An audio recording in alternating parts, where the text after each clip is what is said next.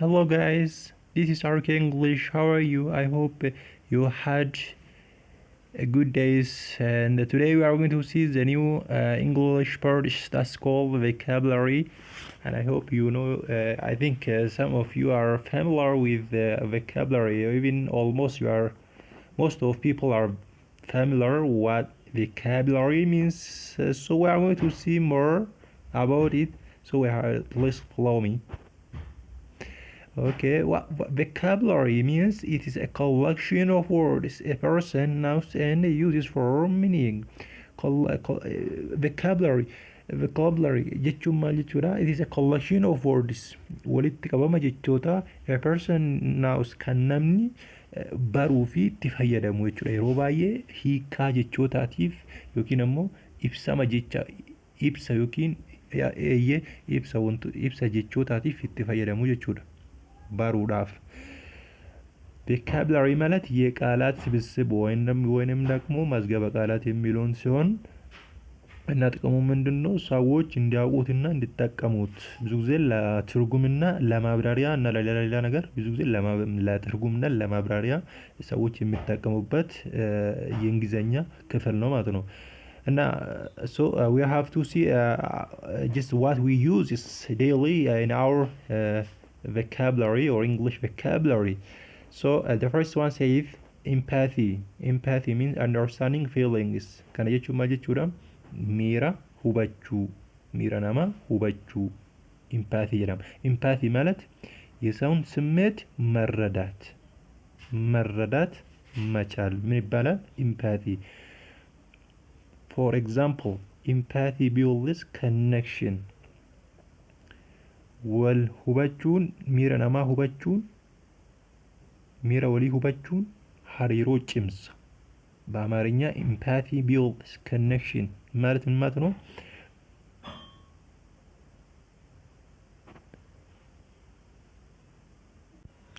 ስሜትን መረዳት ግንኙነትን ይገነባል እንደማለት ነው ወይም ያጠናክራል።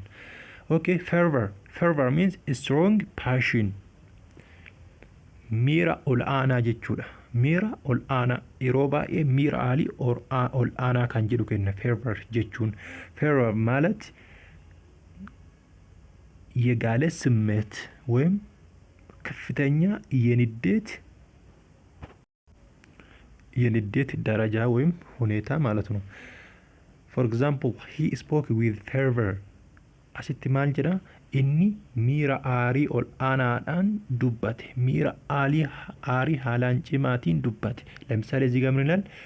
he spoke with fervor ማለት እሱ በጣም በንዴት ነው የተናገረው የሚለውን ይሰጠናል። Okay, esoteric means noun to few. esoteric jechuun maal jechuudha?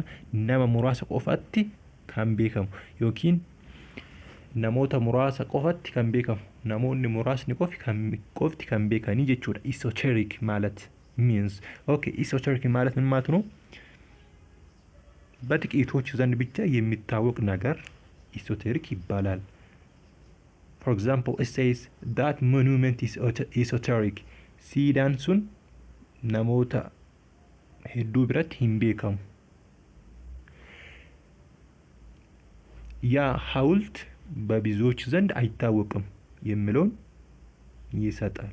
Okay, grounded means emotionally stable jechuun miiraan kan tasgabbaa'e jechuudha. For example, she stays grounded jedha. isheen miiraan kan tasgabboofteedha. grounded ማለት በስሜት የተረጋጋ ሰው እንደማለት ነው። For example, she stays grounded.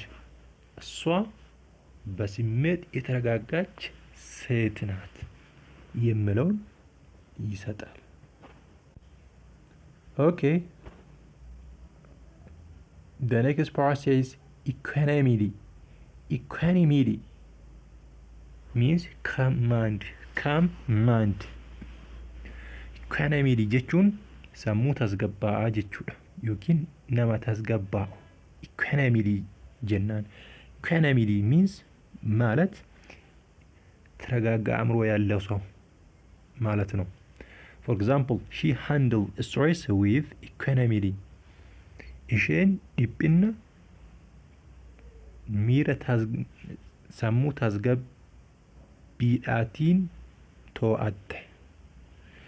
እሷ ንዴቷን አሊያም ደግሞ ጭንቀቷን በተረጋጋ አእምሮዋ ተቆጣጠረችው የሚለውን ይሰጠናል። ኦኬ fortitude means inner strength. cimina keessaa jechuudha. cimina keessaa yeroo baay'ee cimina sammuudha kan hin jeeqamne jechuudha. ኦኬ በአማርኛ ውስጣዊ ጥንካሬ ማለት ነው። fortitude ማለት ውስጣዊ ጥንካሬ። ኦኬ example adversity builds fortitude jechuun rakkinni jajjabina keessoo namaaf ijaara, namaaf kenna. for example እዚህ ጋር ምን ይላል? adversity builds fortitude ማለት ችግር ወይም መከራ ውስጣዊ ጥንካሬን ይሰጣል። ኦኬ harbinger means warning sign kan jechuun mallattoo kan namatti agarsiisu, mallattoo kan kennu jechuudha። በአማርኛ harbinger ማለት ምልክት የሚሰጥ ወይንም ደግሞ የሚያመላክት ማለት ነው። for example dark clouds are harbinger jechuun duumessi gurraachi roobni akka dhufu mallattoo kan kennuudha። dark clouds are harbinger ማለት ጥቁር ደመና ዝናብ እንደሚመጣ አመላካች ነው። ኦኬ humility means modest kana jechuun amala gaarii, amala hamaa hin taane qabaachuu jechuudha። humility ማለት ትህትና ማለት ነው። ትህትና ወይም ትሁት ሰው፣ በትህትና የሚታወቅ ሰው ወይም ትህትና ማለት ራሱ humility ማለት ነው። for example success taught him humility jechuun kana jechuun milkaa'inni amala gaarii, amala hamaa akka hin qabaanne isa barsiise yookiin isa taasise jechuudha። success taught him humility ማለት ስኬት ጥሩ ባህሪን አሊያም ደግሞ ትሁት መሆንን አስተማረችው የሚለውን ይሰጣል። kanaafuu qabiyyeen keenya kanarraa asumaan asitti raawwata። ዋና hordofaa turtaniif galatoomaan jedha። ኦኬ እና ዛሬ በዚሁ ማብቃት ወይም ማቋጨት ፈልጓለሁ። ስትከታተሉኝ ለነበራችሁ ሁሉ ምስጋናዬን አቀርበዋለሁ። I will see next time.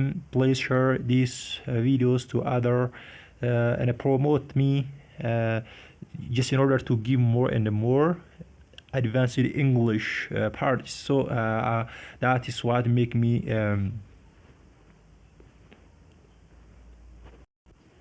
organized. So please share for your friends. That's what I wanted to say to you. Thank you.